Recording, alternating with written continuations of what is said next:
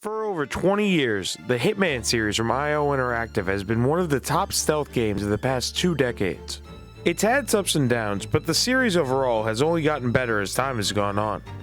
The most recent games forming a new trilogy called the World of Assassination, making the franchise more popular now than it ever has been in recent memory. The recent newfound buzz around the franchise has brought up a very interesting question though. Why were they never able to turn this fantastic series into a good movie? It is one of the few series to get not one, but 2 films that were made from its IP. Both entries weren't connected and were supposed to start a new action franchise. Unfortunately, both movies are pretty terrible and are purely generic action films that have a Hitman skin and nothing more. I do believe there is greatness in this franchise, and Hitman could very well be the best movie series based on a video game property. I'm Ryan from Let Me Be Critic, and here are 5 ways to make a good Hitman movie. But before that, make sure you like this video and subscribe to the channel if you want to see more content. Okay, let's get into it. Number 1. Use John Wick and the World of Assassination trilogy as a blueprint. In the fall of 2014, after Hitman Agent 47 was shot, but before it was released in the summer of 2015, John Wick was brought into theaters. While it was too late to affect Agent 47 because it was already in post-production, Wick did completely change the landscape of action films for the remainder of the decade. This change only benefits a new Hitman movie, because we now know audiences will most likely enjoy a film about the world of Hitman instead of a generic action movie using its video game IP. Also, since the release of Agent 47, the world of Hitman has only gotten bigger with its most recent trilogy. While not the greatest story, there is a good baseline to build a great cinematic world that can be just as intriguing as that of the world of John Wick. Agent 47's origin story does not need to be told. The story works best if you are seeing an agent in the prime of his career as he tracks down the Shadow Broker, as well as the sinister group that secretly controls the world, known as Providence. Number 2. Open the film with an assassination cold open. In my opinion, one of the things sorely missing from the Hitman movies is the feel of a Hitman game. Before people start going off in the comments about how it's impossible for a movie to emulate the feel of a game because you're not playing the lead role anymore and it's now a different perspective, while I do not think you are wrong, it's not a one-to-one comparison. A viewer can have a similar emotional feeling from a movie, same as they would a game. If you don't agree with me, then why did half the world lose their minds when Captain America lifted a hammer?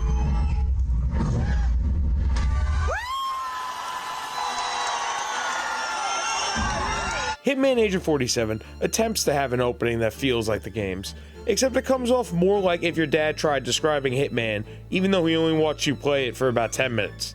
The second Rupert Friend's Agent 47 opens his mouth, it becomes clear this is just a very generic action film. Any energy built in its short opening is thrown out the window fairly quickly. Back to my previous point of John Wick, that film does an amazing job of setting up Wick as the boogeyman.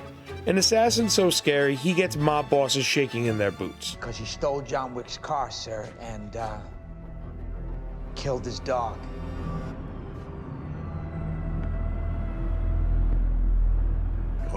Agent 47 should have that same feeling, except instead of the boogeyman, he is more of a chameleon and a master of disguise. A great way of showing that would be for the next Hitman movie to start with a cold open assassination on a target, possibly a known character actor, the same way Peter Stormare opened John Wick 2. In that film, it opens with Wick in the shadows, silently killing enemies until he finds his car. The whole time, Stormare is sitting in his office talking about how scary Wick is and how he is unstoppable. This opening perfectly sells Wick for anyone who hadn't seen the first movie. With Hitman's built-in fan base, you can do something similar very easily. Only show Agent 47 in the shadows or the background of shots. While people talk about this elite Hitman rumored to be coming after this target, have them talk about him like he's a myth, like he can't possibly be real. All the while, he is lurking in the shadows, causing incidents and poisoning enemies until he is in a room alone with his target. Only then do you reveal Agent 47, have him take out his target, and show your title card. Number 3. Make Diana Burnwood the lead character.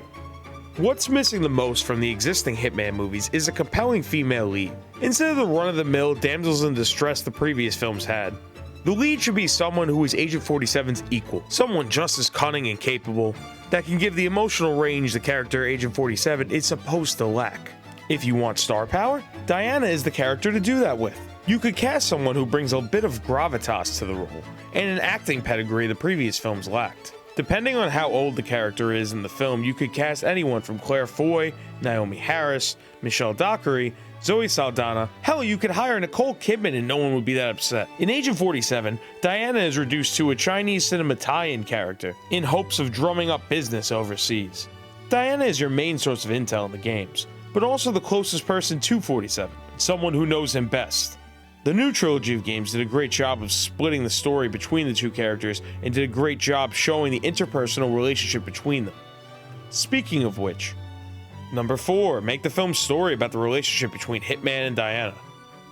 The hardest part of making a Hitman movie from a storytelling perspective is making the audience connect with its lead character. By shifting Diana into the role of the lead female protagonist, you solve that issue, but you still need a way for the audience to connect with Agent 47. Films like John Wick and Taken work because we were attached to the lead and his plight. 47 doesn't have a dead dog or a kidnapped daughter to make him feel human.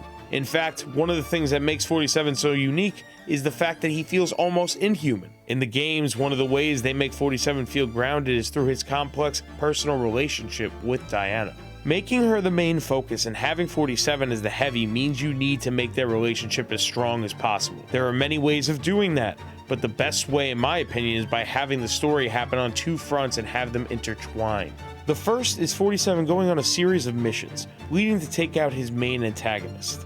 The second is the missions from Diana's perspective. Showing Diana's perspective is something that we don't really get in the games until recently, and having it cut back and forth between the two during the mission will lead to a much better flow to the story, building tension as well as building their relationship. It's also something we really can't get in the games without pulling the player completely out of the flow of the game entirely. The best example for what I'm describing is the way the Jason Bourne series is told both from the perspective of Bourne and the CIA.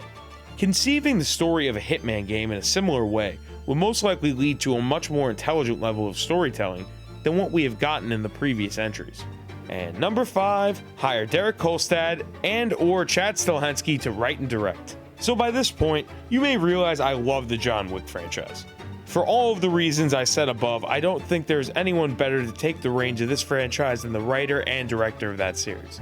Derek Kolstad is already in the process of writing the movie adaptation of Just Cause, so he's already familiar with video game adaptation. Kolstad and Stahelski signing on would definitely elevate this movie right off the bat, and the best chance of anything I've said in this video to come to fruition. I'm not saying there aren't other great filmmakers that could take this franchise to the next level. These men are just my pick on who I think would knock it out of the park. Their world building and their ability to craft riveting and unique action scenes would give Hitman the best chance to have its day in the Hollywood spotlight. Okay, that's my list. I know there are probably a dozen other things I could have added to this, so let me know in the comments below what else you think is needed to get Hitman the movie it truly deserves. If you liked this video, check out some of our other previous entries, like my long dive into 3 Men and a Baby, and a look into the 4 films Colin Farrell made that were released in 2003.